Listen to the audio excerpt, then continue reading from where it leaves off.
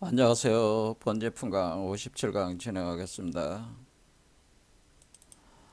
기원전 650년 정도에 그 석가모니가 불교를 창시한 이후에 AD 3세기경에 그 나가르주나 용수가 대승불교 체계를 구성을 해서 대승불교는 크게 티베트 불교와 중국 불교로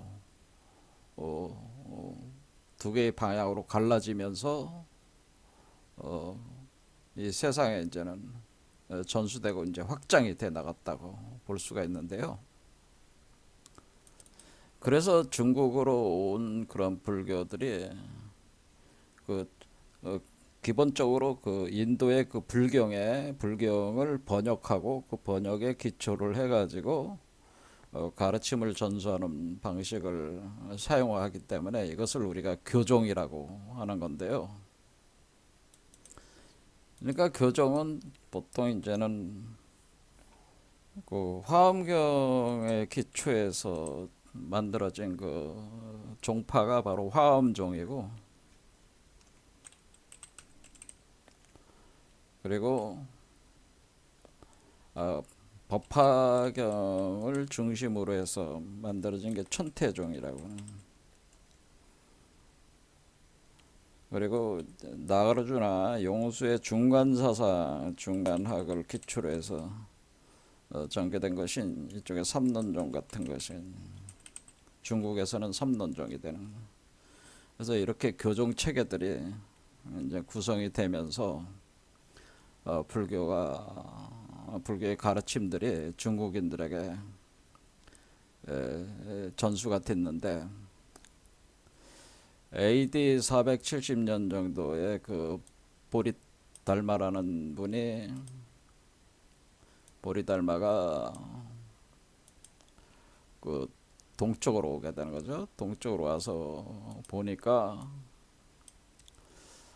이와 같이 어떤 그 교종의 그 체계로서 이렇게 가르치는 이런 방식이 중국의 문명의 특성에 잘 맞지 않는다고 하는 거죠. 그래서 그것을 그 중국 문명의 그 한자 언어 및 사유 체계에 맞게 불교 체계 가르침을 재구성을 해서 하게 되는데, 그것을 우리가 선종, 바로 선불교라고 하는 거예요. 그래서 교종에 비해서 선종이 나오면서 선종이 중국인들의 그 특성, 문명의 특성에 맞기 때문에 사실은 압도적인 어떤 세력을 구축하게 된다고 하는 겁니다. 그래서 이 선불교 계통이 우리 그 한국이나 일본에서 들어오면서 우리 한국에서도 주류가 선종이 주류가 되는 것이죠. 그래서 선종이라는 게 애초에 그런 태생적인 그 특성이 있기 때문에 그 전제가, 우리가 깨달음의 세계라는 것은 언어도 다니고 분리문자라고 하는 그 그런 전제 기초를 해서 이제 가르침이 진행이 되는데, 이 깨달음의 세계라고 하는 것은 어, 언어 도단이라고 할 때, 언어 도단은 그 언어라고 하는 그런 이 언어가 그 언어의 길이 끊어졌다, 그런 뜻인데요. 그러니까 언어가 더 이상 기술할 수 없는, 언어에 의해서 파악이 안 되는, 그러니까 이것은 언어의 길이 끊어진 그 지점, 그 지점에 그 지점에 바로 깨달음의 세계가 있다고 하는 것은, 그러니까 깨달음의 세계는 언어로서 표현할 수가 없다고 하는 것은. 그 불린 문자도 마찬가지로 어떤 문자로 구성된 어떤 그 사유체계의 그물망에 이 깨달음의 세계를 담을 수가 없다고 하는, 그물망으로 가둘 수가 없다. 그물망에 가둘 수 없다. 뭐 이렇게 보시면 된다. 그러니까 문자로 구성된 사유체계라고 하는 깨달음은 이러이러한 것이다라고 하는 거에 대한 전반적인 그 철학적 사유체계가 구성해 볼 수가 있다면은 그 철학적 사유체계가 그것이 어떤 것이 되든 간에 깨달음의 세계는 그 사유체계라는 그물망에 가둘 수가 없는 초월해 있는 그런 세계라고 하는 것이죠. 그러니까 기본적으로 이것은 언어와 문자를 넘어서 있다고 하는 거죠.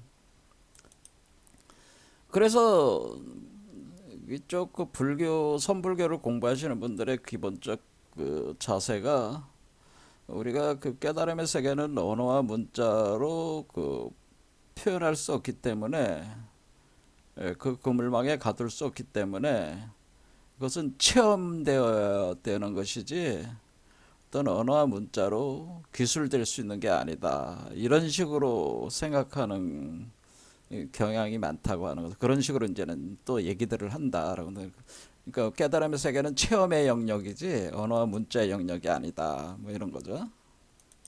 자, 이렇게 전제를 해놓고 이제는 선불교를 볼 때 선불교에서 특히 가나선이라는 걸 한번 생각해 보자라고 하는 거죠.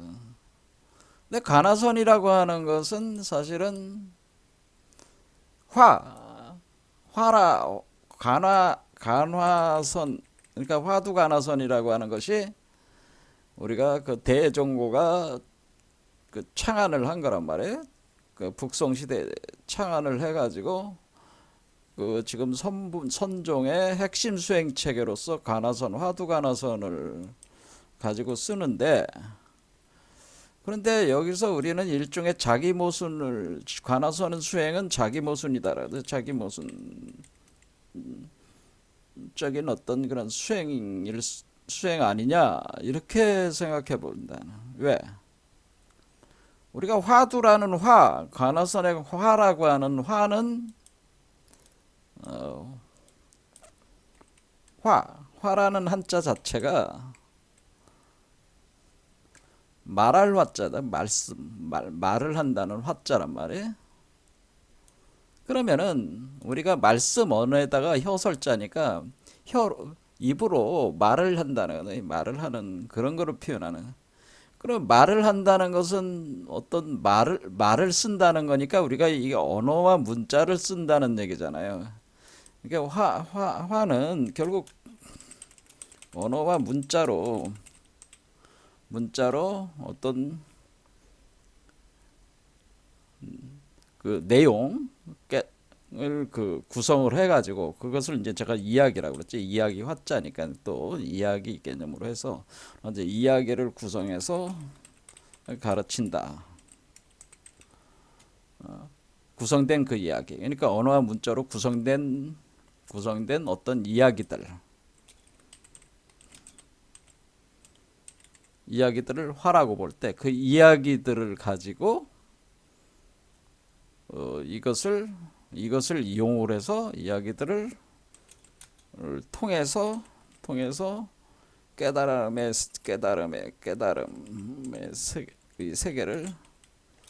세계로 들어간다는 거죠. 세계로 들어간다.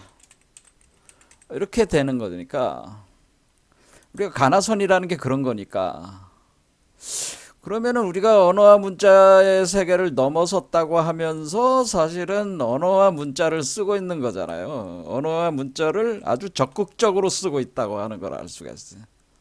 이 가나선 수행법은 그러니까 선불교 자체가 지금 언어와 문자로는 깨달음의 세계를 알 수 없다고 하면서 언어와 문자를 적극적으로 쓰고 있다라고. 그러니까 이것은 일종의 언어와 문자로 깨달음을 얻을 수 없는데 언어와 문자를 쓴다고 하는 것은, 핵심으로 쓴다고 하는 수행법이라고 하는 것은 일종의 자기 모순적 수행법이다. 역설이다. 자기 모순이다라고 그럽니다. 자기 모순. 자기가 주장하는 것을 뒤집는 거잖아요. 그러니까 자기 모순적 수행이다라는, 자기 모순적 수행.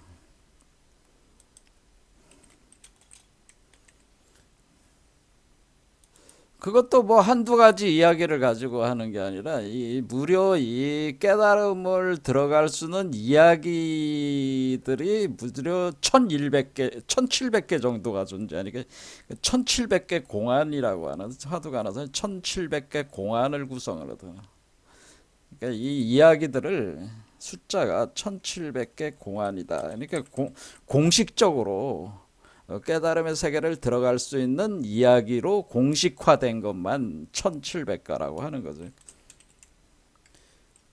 자기들이 공안이라고 하는 것만 그렇다 그 얘기입니다. 그 외에도 무수히 많죠. 무수히 많은데 자신들이 그 공안이라고 주장하는 것들 그런 걸 모아 보면은 1700개다. 뭐 이렇게 얘기가 된다라고 하는. 그런데 이게 그러면 공안이라고 하는 것은 언어와 문자로 구성된 이야기들이잖아요. 그러니까 이것은 마치 이 교종에서 경전을 교종에서 쓰는 이런 화엄경이나 법화경을 수트라라고 합니다.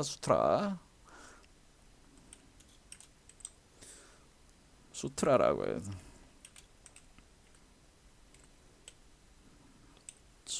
수트라라고 하고 우리가 밀교에서 쓰는 경전을 그 탄트라라고 하는 겁니다. 탄트라. 밀교에서 쓰는 경전들은 탄트라라고 하듯이 이런 이것은 경전이라고 하는 경전이듯이 마치 1700거 공안도 일종의 경전과 같은 어떤 역할을 해준다고 하는 거죠. 이 이야기들이 공안으로 공식적으로 인정받은 것들은 일종의 어떤 그 경전과 같은 그런 것들이다. 마치 우리가 법화경을 보면은 그 석가모니 부처가 되는 어떤 그런 것들을 이야기들로 이렇게 비유로 해가지고 이렇게 그 내용들을 이렇게 어, 어, 구성이 된 게 법화경이라는 그 경전이거든요. 그것을 우리가 그 법화경에서는 이거를 법화치류라고 하는 겁니다. 법화치류, 법화경에 있는 등장하는 그 비유 이야기, 어떤 깨달음에 대한 이야기, 법화치류듯이 이러한 법화치류처럼 이것도 공안도 그런 걸로 돼 있는데 특히 이 공안은 이 조사들의 그 행적과 그 어떤 그 말들, 그 언어 문자들로 구성되어 있는 그 내용들이라고 하는 거죠. 그러니까 우리가 법화 치료라고 하는 것은 마치 그 이야기 설화와 같은 이야기들이지만은 이것은 그 실제로 역사적으로 존재했던 자신들의 다양한 그 5가 7종의 그 유명한 그 조사들의 그 관련돼 있는 행적과 언어 문자들로 구성되고 요것만 틀릴 뿐이지 사실은 이야기들이라고 하는 거죠. 이야기들. 그러면 뭐가 틀린 게 교종하고 뭐가 틀린 게 뭐가 있냐라고 하는 거죠. 뭐가 있냐? 단지 조사들의 내용이다라고 하는 것만 그게 있는 거죠. 그러니까 여기서 이제는 중요한 거는 이제는 이게 조사들의 그 깨우침이 그러니까 이 이야기 안에는 이 화두 관화선의 그 이야기 안에는 이야기들 속에는 그 조사들의 깨우침의 내용이 감춰져 있다고 볼 수가 있죠. 감춰진 수수께끼다. 들이다 이렇게 우리가 화두라고 하는 것은 사실은 그냥 이야기가 아니라 수수께끼들인데 그 조사들의 그 각 깨우침 그것이 숨겨져 있는 수수께끼들이 그러니까 사실은 이야기들을 우리가 화두 관화선을 참고를 한다는 것은 이 수수께끼를 풀어가지고 감춰진 조사들의 깨우침을 동일한 그 깨우침을 내가 획득하는 거를 그러니까 우리가 이 수수께끼를 푼다고 하는 것은 조사들의 깨우침의 내용을 자신도 동일한 그 상태로 돼야지 그 이 수수께끼를 깨우친 거예요. 그러니까 수수께끼이자 미궁이라고 이렇게 본다면은 일종의 미궁을 벗어나는 문, 수수께끼를 푸는 열쇠가 사실은 이 감춰진 조사들의 깨우침이라고 하는 내용성이 바로 이 수수께끼와 미궁을 벗어나는 그런 열쇠요, 문이다. 이게 이야기 속에 숨겨져 있다. 그래서 이것을 참고를 한다. 의심을 가지고. 왜? 의심이 있다고 하는 것은 벗어나지 못했다고 하는 것이죠. 역설적으로 우리가 역으로 따지면은 우리가 수수께끼와 미궁 속에 빠져 들어가서 스스로 수수께끼와 미궁 속으로 들어가서 그 문을 찾고 열쇠를 찾아가는 건데 그 열쇠를 찾지 못하고 문을 열지 못하는 상태에서는 조사들의 깨우침의 내용을 안 게 아니잖아요. 그런데 그것을 이제 찾는 거야. 그것을 보통 우리가 참고하는 것이고 의정을 집중하는 것이다. 또 어떤 의심, 그러니까 계속 이 길이 맞냐, 저 길이 맞냐, 뭐 이런 식의 그 의심, 의정, 그 길을 찾아야 되니까 참고하고 그 의심하고. 그래, 내가 이 길이 과연 맞냐라는 걸 계속 그 의심을 하는 거죠. 그런 것들에 대해서 어떻게 풀어야 되느냐, 뭐 이런 것들을 통해 가지고 이렇게 하다가 갑자기 자기도 모르는 사이에 이것이 수수께끼를 벗어나고 수수께끼를 풀고 미궁을 벗어난다라고. 그때가 그 열쇠를 얻은 것이고 문을 열은 거예요. 미궁의 문을 열고 나온 거예요. 그거를 가리켜서 우리가 도노라고 한다라고 하는 거죠. 근데 갑자기 도노적 현상으로 수수께끼와 미궁을 벗어남이요. 이것은 결국 조사들의 깨우침, 조사들의 그 각을 나의 각이 된 상태다라는 거죠. 왜냐하면 그것 자체가 열쇠니까. 조사들의 각이, 조사들의 각 깨우침이, 깨우칠 각자니까 깨우침이 깨달을 각에 조사들의 깨달음이 각이 곧 나의 각이 될 때가 이때가 도노라는 거죠. 도노. 이걸 미궁 수수께끼를 벗어나는 거라는 거죠. 이게 동일성이라는 거죠. 그러니까 이런 거를 우리가 그 화두가나선이라고 하는 거죠. 그래서 왜 조사들이 중요한 역할을 하게 되는 것이냐, 깨우침에서.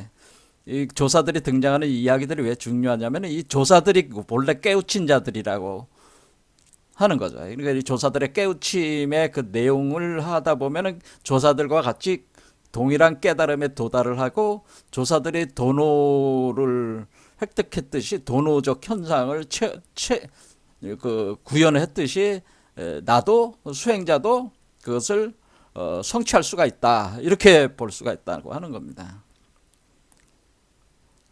자, 그래서 우리는 이렇게 이제는 볼 수가 있어요. 그래서 우리는 언어와 문자라고 하는 것이 무용한 것이 아니요. 언어와 문자로 구성된 이야기는 본래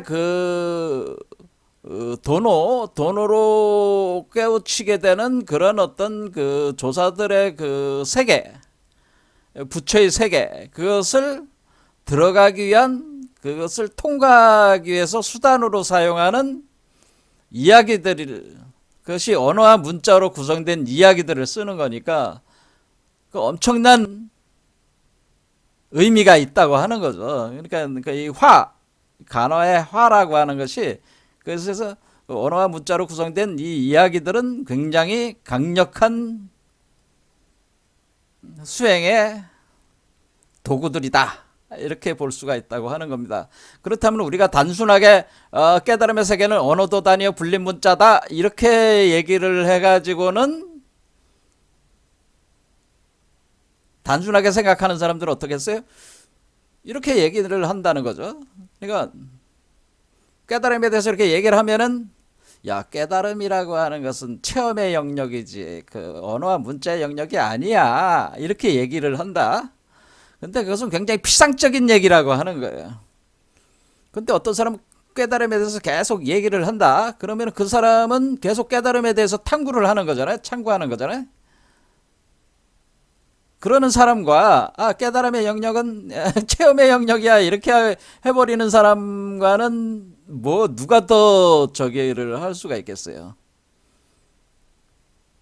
누구 말이 맞다고 누가 정확하게 길을 간다 이렇게 우리가 평가는 할 수는 없겠지만은 뭐 그 구체적인 상태를 우리가 뭐 가지고 얘기하는 게 아니니까.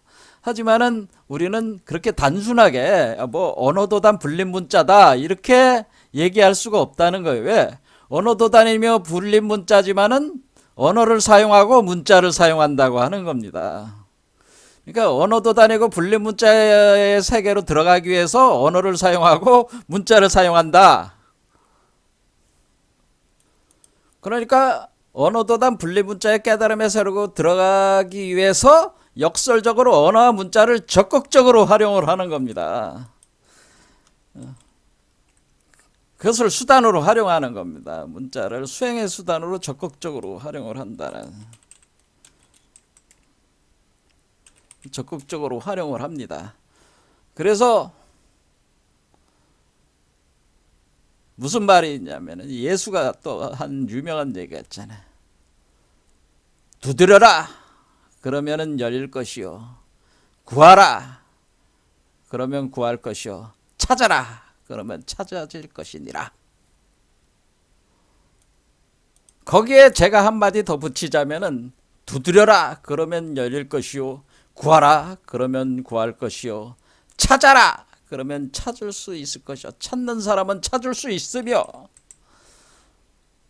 물어라 물어봐라 그런 뜻이야. 물어봐라 질문하라 그런 얘기입니다. 질문해서 물어봐라 라는 얘기는 뭐예요? 질문하라. 질문을 하고 의심하라. 질문하고 의심하라. 의심하라. 질문하고 의심을 하고 질문을 하면은 그러면 답을 들을 수 있다라고 하는 겁니다.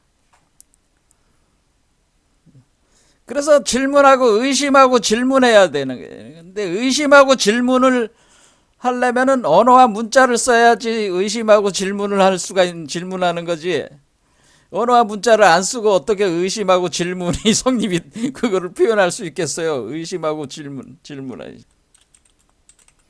그래서 의심하고 질문하는 행위 자체가 수행이에요. 그러니까 뭐 언어 문자를 가지고 그걸 버린다. 그것을 깨달음의 세계는 그것을 넘어서 있다. 그거는 맞는 얘기예요. 그것은 만권 시서로도 알 수가 없는 세계야. 그 세계는 그것을 보통 우리가 동양학적으로는 그 깨달음의 수행적 체계에서는 언어도단의 분리 문자를 뭐라고 표현하면은 만권 시서로도 얻을 수 없다는 게. 만권 시서, 그러니까 팔만 대장경에도 없다는 거예요. 그러니까 우리가 그 팔만 대장경이라는 그 책들 속에도 이 깨달음의 세계는 없어. 만권 시서에도 없어. 없지만은 그것을 수단으로 써가지고 우리가 그 자체는 없지만 그걸 수단으로 써서 들어갈 수는 있다라고 하는 겁니다. 그래서 물어보고 의심하고 질문하고 그러면 답을 얻을 수가 있는데 그것을 교한다고 하는 겁니다. 가르쳐준다, 답을 듣는다. 즉 뭐라고 표현을 하는 거냐면 가르쳐준다라는 겁니다. 그러면은 물어봐라. 그러면 의심하고 질문해라. 그러면 답을 들을 것이고, 너에게 가르쳐 준다는 겁니다. 누가 누구에게 가르쳐 주는 거겠어요? 너의 본래 면목이 너에게 가르쳐 준다라고 하는 겁니다. 그래서 제가 드린 말씀이 자꾸 이렇게 묻고 질문하고 의심하고 참고를 하면은 너의 본래 면목이 너에게 가르쳐 준다. 길을 가르쳐 준다고 하는 겁니다. 답을 알려준다고 하는 겁니다. 그 세계에 들어가게 해준다고 하는 겁니다. 그러니까 질문하지 않으면 안 된다고 하는 겁니다. 그리고 질문하기 위해서 언어와 문자를 쓴다고 하는 겁니다. 그러니까 언어와 문자와 한계를 알면서 언어 문자를 쓰는 겁니다. 그 수행의 방법으로 적극적으로 쓰는 것이 바로 우리가 가나선 수행법이다. 이렇게 볼 수가 있겠습니다. 근데 아무거나 이렇게 하는 게 아니고 효율성을 생각해야 될 거 아니겠어요? 효율적으로 내가 우리가 깨달음의 세계를 들어가려고 그러는데 경영학 책을 물론 보아도 좋지만은 경영학 책을 보는 게 빠르겠어요? 아니면은 불교 그 경전 하나를 보는 게 더 낫겠어요? 경전이 더 저기가 낫겠죠. 이게 그러니까 이렇게 그러니까 상대적인 그 효용성으로 볼 때는 우리가 조사들에 관련된 이 1700개 공안이 훨씬 기존의 그 팔만대장경이라든가 만권시서를 보는 것보다 1700개 공안을 참고하는 것이 훨씬 효과적으로 우리가 접근할 수 있는 그런 어떤 이야기성, 그러니까 그 경전과 같은 그런 역할을 해준다, 그런 얘기입니다. 그래서 나름대로 공부가 깊으신 그 고승들은 화두 참고를 열심히 하라고 자꾸 그렇게 강조를 한 것이다, 그런 얘기죠. 그러니까 화두 참고가 굉장히 그 좋은 수행법이라고 저도 생각을 합니다. 자, 일단 이렇게 우리가 이런 하이포테시스다. 그래서 이것을 가설을 이렇게 우리가 제가 세워가지고 여러분들한테 강의를 했는데, 요거를 이제는 생각을 하면서 이제는 또 다른 얘기를, 언어와 문자에 대한 얘기를, 우리가 이 언어학이라고 하는 이런 것들은 19세기 말부터 본격적으로 언어와 문자에 대한 공부가 깊어지기 시작했어요. 인류 문명사에서 언어 문자에 대한 관심이 본격적으로 제기되기 시작한 게 그렇게 오래전 얘기가 아닙니다. 한 100년 조금 넘는 기간밖에 이 언어학이라는 어떤 그런 역사가 그렇게 길지를 않다, 그런 얘기입니다. 그래서 저 자신도 이렇게 강의를 하는데 상당히 여러분들한테 이 개념을 이해를 이렇게 같이 하면서 이렇게 강의하기가 굉장히 좀 힘들다, 그런 얘기죠. 그래서 강의가 그래도 나름대로 재미는 있어야 되니까 그거를 뭔가 하나의 이야기를 재밌는 거를 가지고 한번 또 풀어보는 것이 좋지 않겠냐 싶어가지고 우리 하나 가져온 건데요. 그게 뭐냐면은 우리가 이제는 2012년에 우리 한국에서 김지훈 임필성이라는 분이 감독이 돼가지고 상영된 영화가 있어요. 인류 멸망 보고서라고. 저는 보지는 않았습니다만 영화를 돈 주고 보는 사람은 아니니까요. 그러니까 단지 TV 같은 데 이런 데 해주면은, 무료로 해주면은 가서 해주면은 이제 보게 되는 그런 건데, 특히 이런 계통의 그런 영화들을 제가 조금 좋아하다 보니까 이제 그런 얘기를 하는 거죠. 그래서 인류 멸망 보고서라고 하는 이게 다루고 있는 게 뭐냐면은 AI, 인공지능 얘기가 나오죠. 인공지능. 그러니까 그걸 인공지능을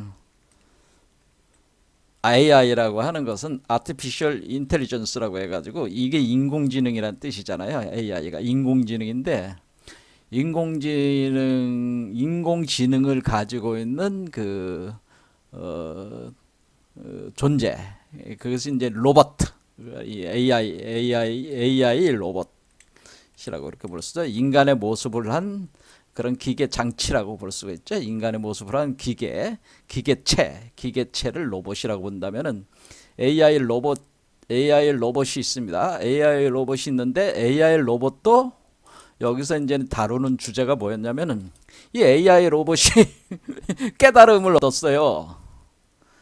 그러니까 AI 로봇이 보편적으로 이제는 그 로봇을 써가지고 가정에 뭐 여러 가지 일을 갖다 가사 일을 부담을 시키고 뭐 그런 영화들이 많잖아요. 그러다가 이때는 이 영화는 이제 AI 로봇이 어느 정도 수준까지 가냐면 이제는 어 깨달음을 수행하는 AI 로봇이 그러니까 그 불교 수행을 하고 뭐 요가 수행을 하고 이런 수행을 하는 거야. 그러니까 그래 어떤 이 불교 수행을 통해서 어떤 깨달음을 얻은 AI 로봇이 등장을 하는 거죠.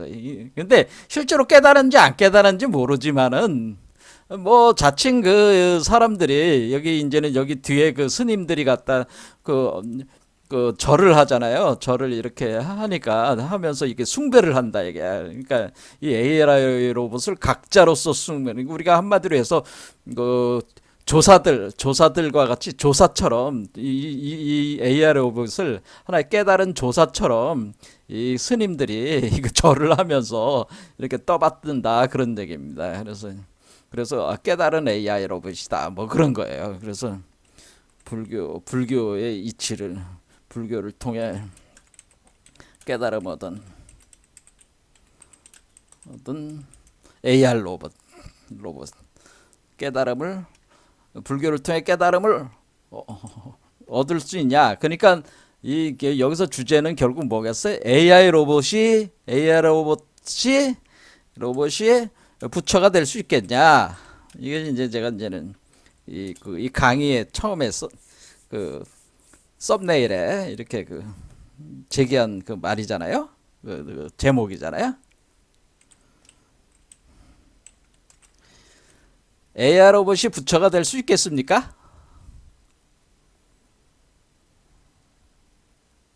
이것도 한번 우리가 깊이 생각해 볼 문제 중에 하나죠. 왜냐면 오늘날 이제는 뭐 테슬라는 머스크인가요 그 사람이? 그래서 그 AI에 관련된 그 종사하시는 분들이 많이 의견이 뭐냐면 지금 AI가 인류를 추월해가지고 인류가 AI의 노예들이 되는 거 아니냐 그런 우려를 많이 하고 있단 말이야 지금. 그렇죠? AI에 의해서 인간이 그러니까 AI 로봇은 인간이 창조한 건데 인간의 자식이나 마찬가지란 말이야. AI 로봇들이. 근데 이 자식이 부모인 인간을 지배하는 시대. 그러니까 이렇게 가다가는 AI 로봇에 의해서 인류가 지배를 당할 수가 있겠다. 뭐 이런 우려를 요즘 많이 하고 있습니다. 인류를 AI 로봇들이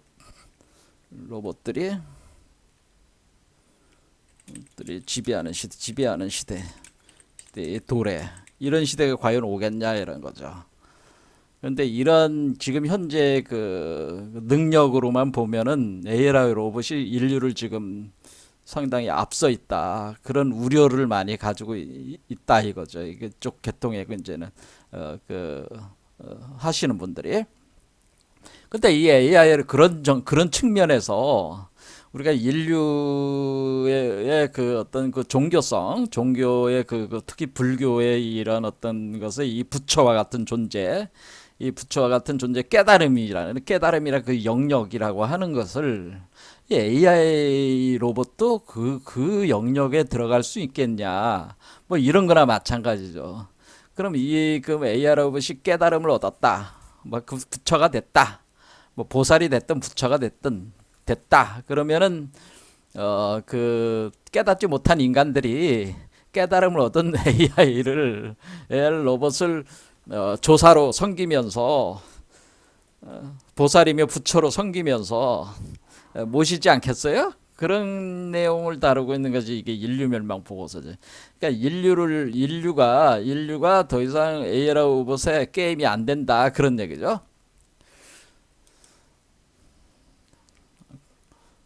그런데 이 양반들이 그 김지훈 인필성이란 분인들은 아 이거는 그냥 아이디어 차원에서 이렇게 영화를 이렇게 잘 만들었다 이렇게 봅니다.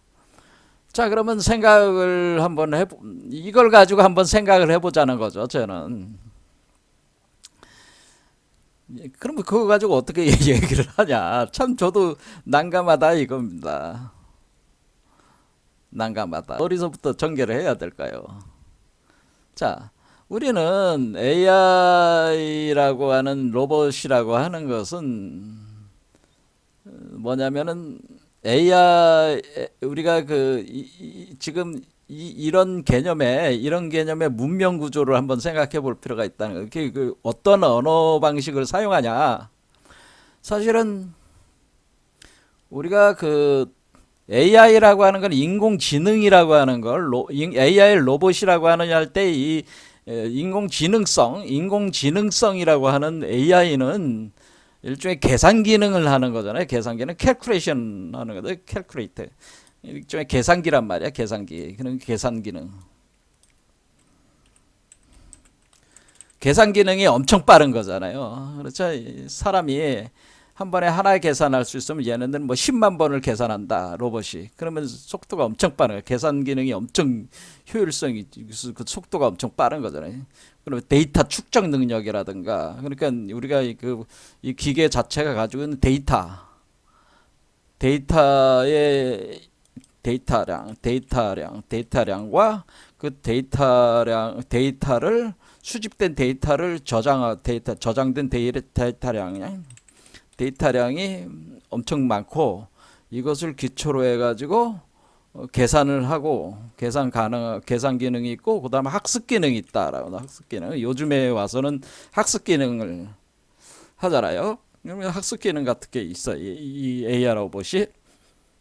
자 그러면은 이런 것들이 사실은 다 어떠한 체계로 돼 있냐면은 이런 것들은 사실 우리가 이진법 체계로 되어 있단 말이에요. 이진법 체계. 그러니까 이진수 0과 1이라고 하는 것이 되어 있습니다. 그렇게 볼 때 그러면 이걸 비트라고 하는 겁니다. 우리가 비트 체계, 비트 정보 체계로 되어 있다네요. 비트 정보 체계.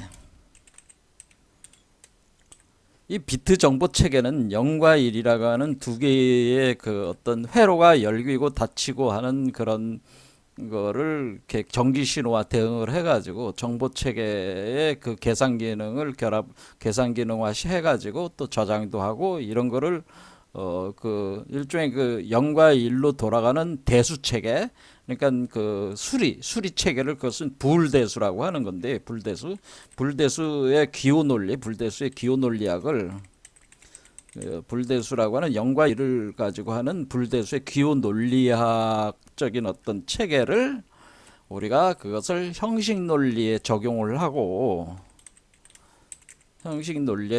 우리 인간들이 이제는 어떤 세계를 해석할 때 형식 논리로 쓴단 말이에요. 형식 논리. 그런데 형식 논리학을 가지고 우리가 이제는 하는데 형식 논리가 기호 논리학이 되고 이 기호 논리학이 전기 신호로 이렇게 전환을 할 수가 있는 거예요. 그러니까 이게 뭐냐면은 우리가 이 기계가 AR 로봇이 쓰는 것은 형식 논리를 하게 되면 우리가 이제 논리적으로 뭐 이렇게 할 때 너 참 논리적이다. 뭐 사람들하고 이렇게 대화할 때 뭐 무논리한 놈보다는 논리적인 사람이 더 한 거잖아요. 샤프하잖아요. 그러니까 논리적으로 합리적으로 그걸 우리가 논리성이라고 하는 건 또 합리성하고 연결이 돼 있잖아요. 합리적이고 논리적이고 과학적이고 그런 개념의 우리가 입장으로 볼 때 이 논리성이라고 하는 것을 우리가 어떤 언어와 문자를 가지고 우리가 서로 이렇게 하는 건단 말이에요. 그럴 때 그때 언어와 문자라고 하는 것을 우리가 다 숫자화 시킬 수가 있다, 숫자화 시킨다라고 하는 거다. 그럼 우리 형식 논리에서 쓰는 언어와 문자를 숫자로 전환을 시키는 게 그래서 기호 논리라고 하는 겁니다. 기호 논리야. 그러면 형식 논리를 기호 논리로 바꿀 수가 있는데, 그러니까 무슨 얘기냐면 형식 논리에서 쓰는 문자를 다 기호 논리의 숫자로 다 바꿀 수가 있는 거야. 그러면 숫자는 다 또 뭐로 바꿀 수 있냐면은 전기 신호로 다 바꿀 수가 있는 거야. 1과 0이라는 전기 신호로 다 바꿀 수가 있어. 자, 그러면은 우리가 그 문자가 숫자가 되고 숫자는 전기 신호가 되고, 그러면은 숫자로 캘쿠레이션, 우리가 계산을 한다는 건 숫자로 계산하는 거지. 그러면 전기 신호를 구성을 해가지고 이 숫자 계산 기능을 여기다가 이제는 그 우리가 이것을 이제 이게 인공지능이 되는 거죠. 인공지능. 이 인공지능의 계산 기능이 이 숫자 개념을 그 계산 기능으로 이렇게 전환이 되는 거면은, 자, 그럼 우리가 이 문자로 하는 것이 우리가 사고한다. 우리가 문자는 우리가 사유, 우리가 생각, 사고하는 것은 논리학이잖아요. 그 다음에 사고하는 것은 논리학이란 말이야. 사고에 관련된 것 논리학. 그러면 그 형식 논리학. 그 다음에 수학은 기호 논리란 말이야. 기호를 가지고 하는 게 숫자로 하는 게 수학이란 말이야. 수학. 그 다음에 이것은 전기 신호로 바꾼 거는 이건 뭐예요? 전기공학이란 말이야. 공학. 자, 그러면은 우리는 뭐냐면은 문자를 숫자로 바꾸고 숫자를 전기 신호로 바꾸고, 그러면은 우리의 생각, 사유하는 거를 다 공학으로 바꿀 수가 있는 거죠. 전기 신호로 다 바꿀 수가 있는 거야. 그러니까 우리가 생각한다고 하는 것을 생각하는 기능을 한다는 것은 계산한다는 것이고, 계산하는 것은 인공지능의 그 어떤 전기 그 어떤 그 기계 장치, 전자두뇌, 뭐 전자두뇌, 뭐 이런 식으로 생각해 보자. 이렇게 전자두뇌가 한다고 이렇게 볼 수가 있는 거죠. 그러니까 사유가 수학이 되고 수학이 그 공학이 돼서 우리가 공학적으로 우리의 사유를 할 수 있는 것을 만들 수가 있다고 하는 거죠. 이런 방법을 통해서. 그것이 우리가 0과 1이라는 비트 구조로, 이 숫자는 어려운 숫자로 되는 게, 어려운 수학을 얘기하는 게 아니라 0과 1이라는 그 부울대수, 이 체계를 가지고 우리가 이것을 할 수 있는, 그러니까 디지털 정보, 비트 체계 가지고 이걸 할 수가 있다고 하는 겁니다. 그러니까 지금 인공지능이 여기서 우리가 이게 깨달음을 이 그 AI 로봇이 AI 로봇이 부처가 될 수 있다 없다라고 하는 것은, 이 AI 로봇은 인공지능 기능인데 인공지능은 계산 기능을 가지고 쓰는 거잖아요. 수학적으로는. 근데 수학적으로 계산 기능은 또 사유에 있어서 문자를 다 숫자로 바꿀 수 있으니까 사유할 수가 있는 거예요. 요거 자체가. 무슨 말씀인지 아시겠죠? 그러니까 얘가 생각할 수가 있는 거죠. 생각의 기능이 있는 거야. 근데 생각의 기능이 있다면 부처가 될 수 있지 않냐, 그 얘기죠. 그러니까 우리가 인공지능도 생각할 수 있는 거죠. 그러니까 곧 인공지능 기계도, AI 로봇도 생각할 수 있다라고 생각한다라고 하는 겁니다.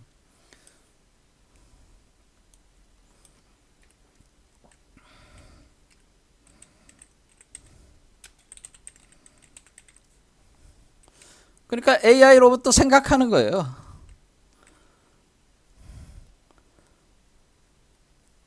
그러니까 AI 로봇이 언어 문자를 다 기호화시키고 기호화가 된 거를 계산할 수 있는 그 어떤 전자장치로 이렇게 또 치환할 수가 있으니까 결국 생각하는 거를 그 공학적인 어떤 그런 걸로 할 수가 있어.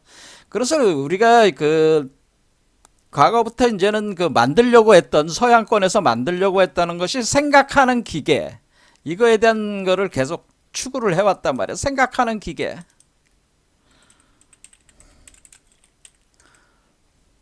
왜? 우리가 이런 뭐 우리 인간이 생각하는 거는 상당히 오류가 많아요. 오류가 많으니까 그리고 속도도 늦어. 계산하는 속도도 늦고. 근데 생각하는 기계가만 있으면 그것만 계속 하는 거니까 속도나 효율성이 굉장히 빠르잖아요. 단순하고. 그러니까 생각하는 기계를 만들는데 이걸 꼭 전자기계로 만드는 거를 하는 건 아니고 원래 이 생각하는 기계를 증기기관으로도 만들 수가 있어요. 에너지가 있으면은 그 기계 장치를 만들 수 있단 말이에요. 증기기관과 기계로 이렇게 만들 수 있어요. 증기기관을 에너지를 발생을 시켜가지고 한마디로 석탄을 떼가지고 석탄이나 석유를 떼가지고 그 생각하는 기계를 만들 수가 있어요. 이것이 바로 그 컴퓨터의 그 아버지가 찰스 베비지라는 사람. 이 찰스 베비지가 이제 이런 기계를 고안을 해가지고 만들려고 했던 사람이에요. 완성은 보지 못했지만은 상당 부분 진행이 됐었어요. 그런데 생각하는 기계, 근데 이게 증기기관과 기계가 하는 거를 결국 이거를 전기전자학이 이렇게 발전을 하니까 야 증기기관과 기계를 쓰는 게 아니고 우리가 전기를 쓰고 그리고 일종의 반도체라고 하는 어떤 그런 전자 장비 칩 같은 걸 이용을 해서 이것을 구성할 수가 있으니까 증기기관과 기계를 쓰지 말고 전기와 반도체를 써가지고 전기 에너지로 돌아가는 그 인공지능 반도체 이 개념을 가지고 요거를 이제는 구성을 했다고 하는 겁니다. 그러니까 생각하는 기계를 이렇게 만든 거는 계속 서양권에서 사이버네틱스, 노버트 위너의 사이버네틱스 이론이라든가, 과거에 어떤 생각하는 기계를 만들려는 그거는 계속 서양권에서 이제는 전개를 해온 거고, 만든 거죠. 만든 게 지금 인공지능이라고 하는 겁니다. 그러면은 인공지능은 생각할 수가 있다는 걸 알 수가 있습니다. 생각할 수 있다는 걸 알 수가 있죠. 얘는 생각할 수가 있습니다. 생각할 수 있다고 하는 인간처럼 생각할 수가 있습니다. 자, 그럼 우리가 여기서 인간들의 언어라고 하는 것은 그 언어와 문자는 굉장히 복잡하고 상당히 효율적이지 못하다. 그래서 이제는 우리가 여러분들이 알고 있는 유명한 철학자 있잖아요.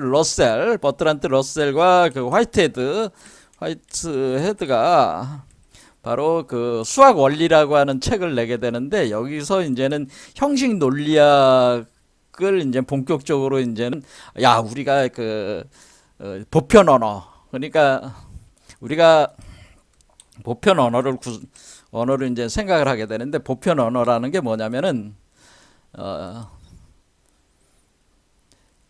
우리가 이제 영어를 쓰는 사람과 한자를 쓰는 사람이 서로 말이 안 통하잖아요. 그러니까 우리가 영어와 한자를 쓰지 말고 숫자를 언어로 쓸 수도 있을 거 아니에요. 그렇죠? 숫자를 언어로 쓸 수가 있어요. 1과 0을 언어로 쓸 수가 있잖아요. 그러면은 서로 간에 전달하는 게 오류를 제거할 수가 있다. 그 얘기입니다. 그래서 숫자를 가지고 보편 언어를 만든다. 그런 생각을 가졌다고 하는 거예요. 이 같은 어떤 보편 언어를 만들고자 하는 시도도 있었다고 하는 건 이 보편 언어에 대한 개념이 있었다고 하는 겁니다. 이와 같이 사실은 그러니까 이 지금 AI의 인공 로봇은 생각하는데 이것은 생각하는 거는 숫자로 이루어진 보편 언어를 써가지고 보편 언어를 쓰는 거죠. 보편 언어를 써가지고 숫자로 구성된 보편 언어가 작동을 하고 있는 거예요. 보편 언어를 작동하니까 일반 언어처럼 그런 어떤 복잡성이 없으니까 굉장히 효율적으로 이제 작용을 하는 거죠. 자, 그래서 우리가 생각이 굉장히 효율적이고 빠르고 이런 식의 그러니까 군더더기가 없는 그런 식으로 이제는 생각하고 사유할 수 있는 기계 장치가 나오는 건데 그것이 AI 인공지능이다. 그런데 이러한 거를 가지고 AI 인공지능 로봇도 부처가 될 수 있냐 이런 거를 묻는 거죠. 제가 AI 로봇도 부처가 될 수 있겠나 이거죠.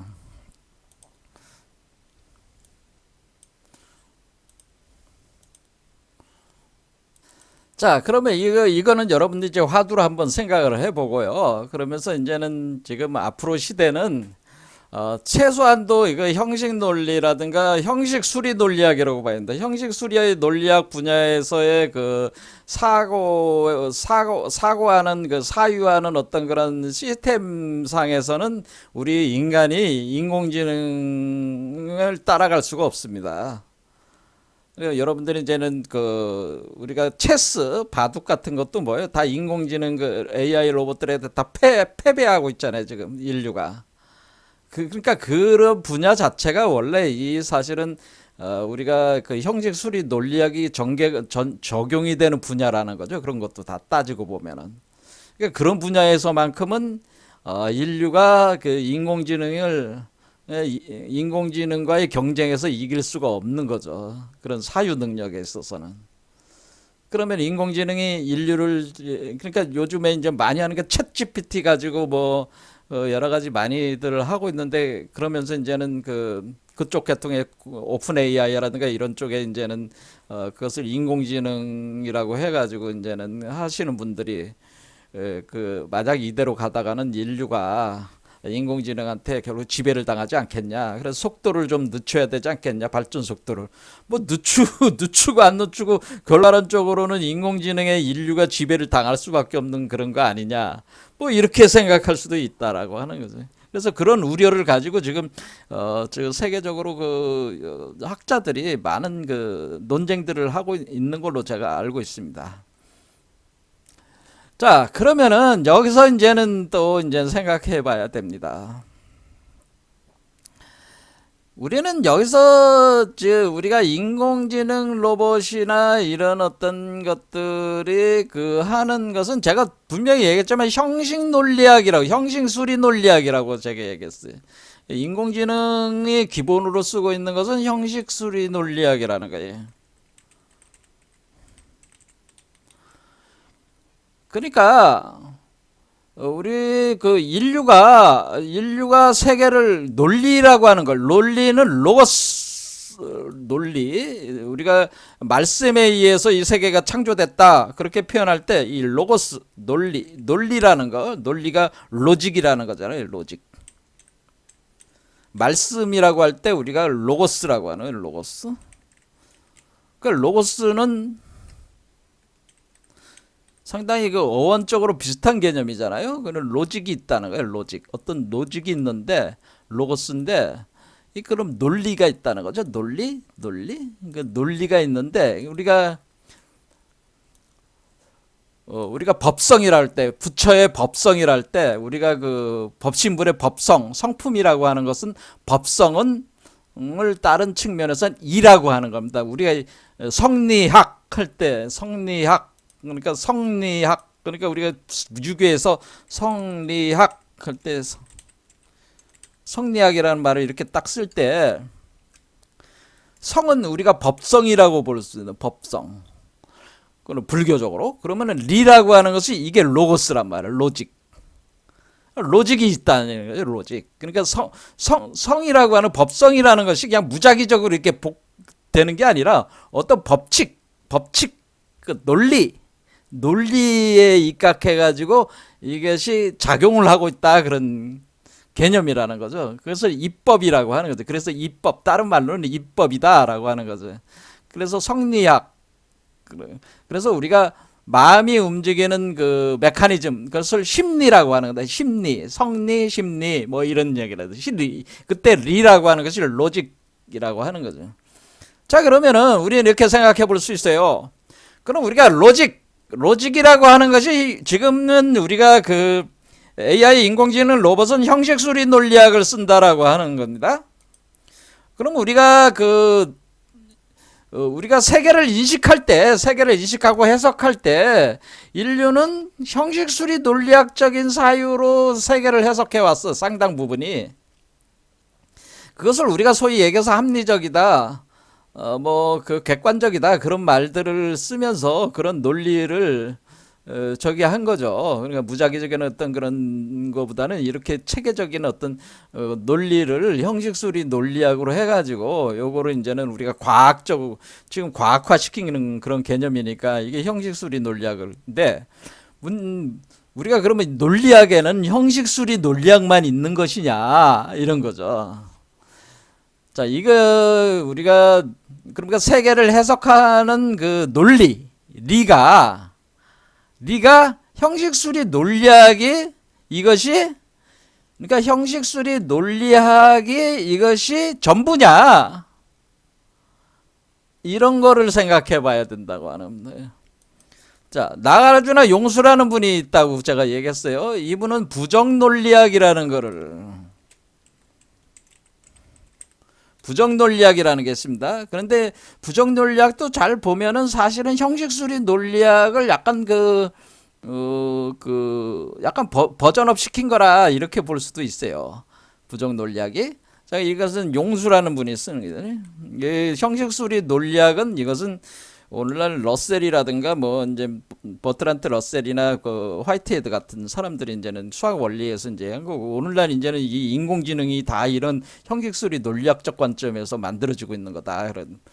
근데 용수는 뭐냐면은 형식수리 논리학을 넘어선 부정 논리학을 얘기를 하게 되고 또 부정 논리학이 있고 또 뭐가 있냐면은 형식수리 논리학을 가면은 어떤 것이 나오게 되냐면 괴델의 불완전성의 원리라고 해가지고 형식수리 논리학 자체는 자기 모순, 자기 역설에 봉착할 수밖에 없다라고 하는 그런 그 결론에 도달을 합니다. 이것만 가지고는 안 된다. 그래서 나오는 것이 이제는 변증 논리라는 변증법. 그리고 자기 모순, 자기 역설적인 어떤 그런 내용성까지 그 논리에 포함시킬 수 있는 것이 변증 논리라고 하는 건데 이것은 여러분들이 이제 많이 알고 있는 독일 철학자 헤겔이 유명하죠. 헤겔, 마르크스 이런 사람들이 변증법을 얘기를 하는 겁니다. 그러면은 부처는 어떠한 논리를 전개를 했을까요? 부처는. 자, 그러면은 우리가 그 인공지능은 지금 형식수리 논리학적인 어떤 접근 방법으로 지금 모든 시스템이 작용을 하고 있다 이렇게 볼 때에 그러면 이게 부처가 될 수 있겠냐라고 할 때에 부처는 어떠한 논리냐? 일단은 부처는 우리가 석가모니의 논법은 석가모니의 그 논리가 있지 않겠어요? 석가모니도 논리가 있죠. 세계를 해석하는 논리가 있죠. 자, 그럼 석가모니의 논리는 어떤 논리를 사람들에게 주로 가르쳤냐? 그거는 어떤 논리예요? 중도 연기론을 가르쳐요. 중도 연기. 중도 연기 논리를 가르쳐요. 중도 연기 논리. 그러니까 형식 수리 논리가 아니고 그러니까 연기 논리를 가리켜요. 연기 논리.